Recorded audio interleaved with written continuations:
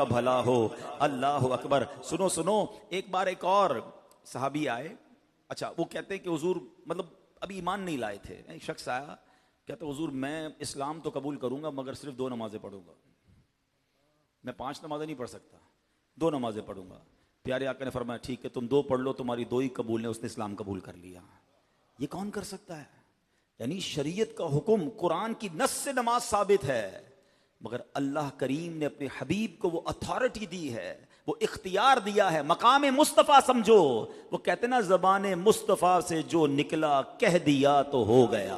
فرمایا وہی آرڈر بن گیا، وہی شریعت بن گئی. اور یہ ایک 2 بار نہیں ہوا، آپ سنتے جائیے. ایک بار ایک صحابی ہیں وہ کہتے ہیں، حالانکہ یاد رکھیے کہ قربانی کے لیے ایسا جانور ہو کہ جو بکرے کی جو جانور کی جو عمر ریکوائرڈ ہے وہ پوری ہونی چاہیے. تو وہ کہتے ہیں کہ ایک صحابی تھے، وہ کہتے ہیں حضور میرے پاس 6 مہینے کی بکری کا بچہ ہے، 1 سال جیسا دکھتا ہے مگر عمر پوری نہیں ہے، کیا میں اس کی جگہ قربانی کر دوں؟ نبی پاک فرماتے تجھے اجازت ہے، تیرے بعد کسی اور کو اجازت نہیں ہے. اس کے لیے پیارے آقا علیہ الصلوۃ والسلام نے یہ اجازت عطا فرما دی. اور ایک بار تو کمال ہو گیا. پیارے آقا علیہ الصلوۃ والسلام جو ہیں، آپ نے دیکھا کہ ایک اعرابی کے ساتھ کوئی ڈیل ہو رہی ہے، ٹھیک ہے، اور اس اعرابی نے نبی پاک علیہ الصلوۃ والسلام سے گھوڑا خریدا، ٹھیک ہے، اور بلکہ پیارے آقا علیہ الصلوۃ والسلام نے ایک عربی شخص سے گھوڑا خریدا. اس نے بیچا اور پھر مکر گیا، کہتا میں نے نہیں بیچا.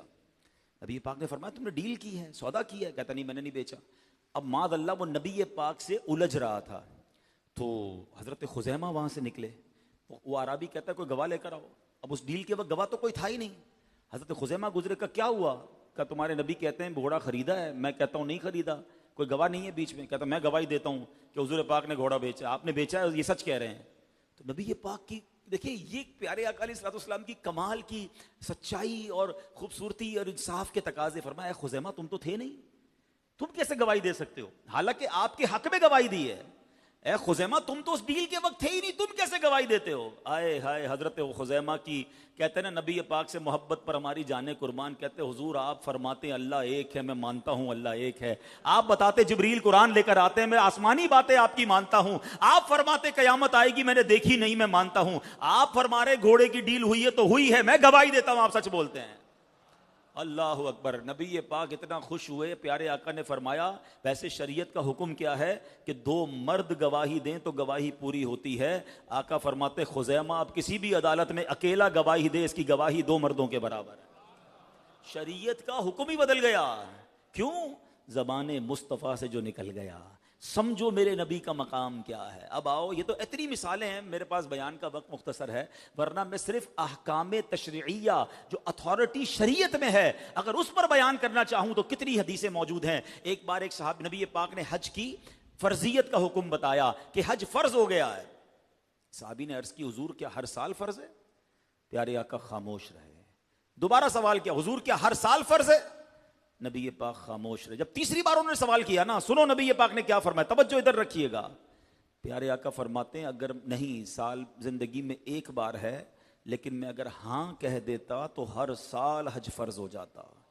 علماء نے حضرت موسیٰ کی نانی کا نام کیا ہے، بھی گائے خریدی تھی. واقعہ لمبا ہے ورنہ میں آپ کو سناتا. نہیں پڑھا تو تفسیر میں ضرور پڑھیے گا. صراط الجنان میں امیزنگ واقعہ ہے سورہ بقرہ کا. تو بہرحال زیادہ سوال نہیں، شریعت کا حکم پتہ چل جائے لبیک. وہ تسی پنجابی بڑی اچھی گل کندے ہو، اسی منن والے ہیں سوچن والے نہیں ہیں.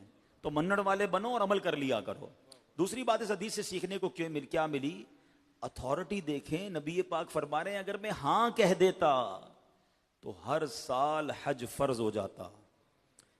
اب یہ کون کہہ سکتا ہے؟ یعنی میرا ہاں جو ہے وہ فرض حج کو ہر سال فرض کر دیتا. اس قدر اللہ نے مقام عطا فرمایا. اور یہ زبان مبارک کی طاقت دیکھو. ایسے ہی نہیں بریلی کے تاجدار لکھتے ہیں. کیسی زبان ہے وہ زبان جس کو سب کن کی کنجی کہے، اس کی نافذ حکومت پہ لاکھوں سلام، اس کی نافذ حکومت پہ لاکھوں سلام. یہ تو